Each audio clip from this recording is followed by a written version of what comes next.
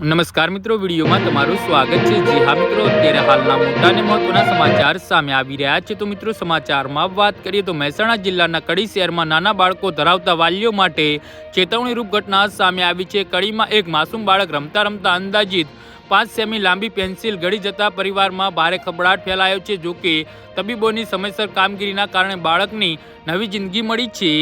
જી હા મિત્રો, બાળકને તકલીફ શરૂ થતાં ગભરાયેલા વાલીઓએ તેને તાત્કાલિક કડીની ભાગ્યોદય હોસ્પિટલમાં ખસેડ્યો હતો। હોસ્પિટલમાં તબીબોએ તપાસ કરતા પેન્સિલ બાળકના પાચનતંત્રમાં ફસાયેલી હોવાનું સામે આવ્યું હતું, જે જીવલેણ સાબિત થઈ શકે છે।